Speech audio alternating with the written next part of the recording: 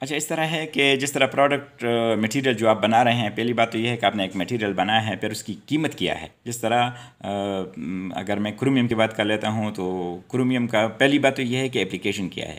ٹھیک ہے، کیونکہ what are application of the product materials. اگر اپلیکیشن اچھا خاصا ہے، ٹھیک ہے، آپ ایک چیز بناتے ہیں تو اس کو آپ آگے مارکیٹنگ بھی اس کی کر سکتے ہیں، تو یہ سب سے پہلے آپ کو کرنا چاہیے.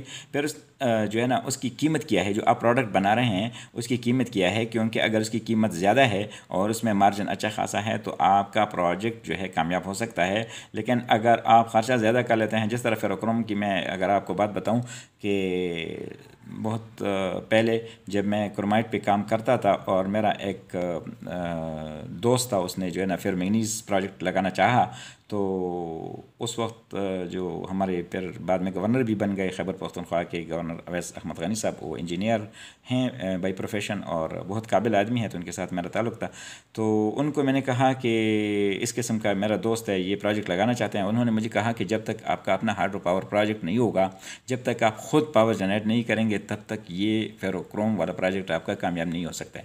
کیونکہ پاکستان میں بجلی کی قیمت کافی زیادہ ہے، اس لیے اور فیروکروم بنانے پہ اچھا خاصا بجلی خرچ ہوتا ہے. الیکٹرک آرک فرنس میں ہم بناتے ہیں تو that is to expensive.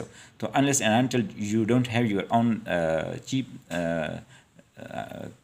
power, electrical energy, that you cannot make that project as profitable project. ٹھیک ہے، تو آپ نے اس چیز کو بھی دیکھنا ہے کہ اس کی پروجیکٹ کی پرائس کیا ہے، پروڈکٹ کی قیمت کیا ہے، اور کیا اتنا مارجن ہے کہ ہم اس کو جو ہے نا پروجیکٹ کر سکیں یا نہیں کر سکتے ہیں. ٹھیک ہے، تو اس چیز کو آپ نے دیکھنا ہے.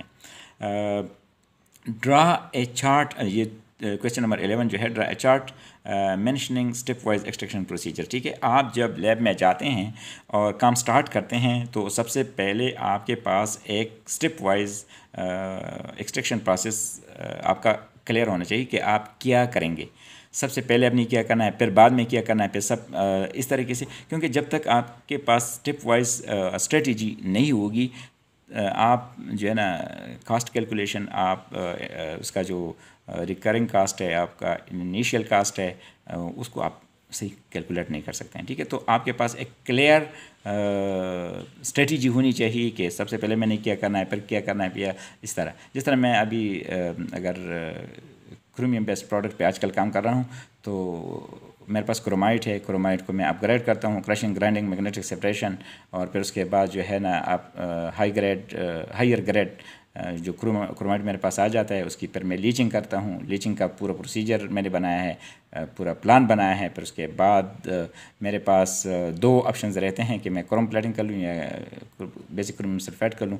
تو اس کے لیے سارے سٹیپس جو ہے نا میں نے اپنے پاس مینشن کیے ہیں، اور اسی طریقے سے آپ بھی اپنے پروجیکٹ کا اسٹیپ وائز سارا کچھ مینشن کریں گے. ٹھیک ہے، write down each process parameters in details. جس طرح کویشچن 12 میں نے پوچھا ہے، تو جس طرح میں پہلے بتایا ہے کہ ایک پیپر سے آپ کے پاس اچھی خاصی انفارمیشن نہیں آ سکتے ہیں. ٹھیک ہے، آپ کے پاس اچھی خاصی انفارمیشن تب آئیں گے جب آپ multiple research papers, multiple patents وغیرہ پڑھیں گے. جتنا زیادہ آپ پڑھیں گے آپ کے پاس آپشن زیادہ ہوں گے. جتنے آپشنز آپ کے پاس زیادہ ہوں گے تو آپ کے پاس سے فار ایگزامپل ایک مٹیریل آپ کو نہیں مل رہی ہے یا اس میں کوئی پرابلم آ رہی ہے تو آپ کے پاس الٹرنیٹ آپشنز ہوں گے. ٹھیک ہے، تو الٹرنیٹ آپشنز رکھنے کے لیے آپ کا جو ہے اور ڈاؤن ٹائم اپنے فیکٹری کا، اپنے انڈسٹری کا کم کرنے کے لیے اور کنٹینیوس اپنا کام کرنے کے لیے، جاری رکھنے کے لیے آپ کے پاس ملٹیپل آپشنز ہونی چاہیے. اور یہ آپشنز آپ کو کے پاس تب ہوں گے جب آپ کی اسٹڈی ہوگی، آپ نے ملٹیپل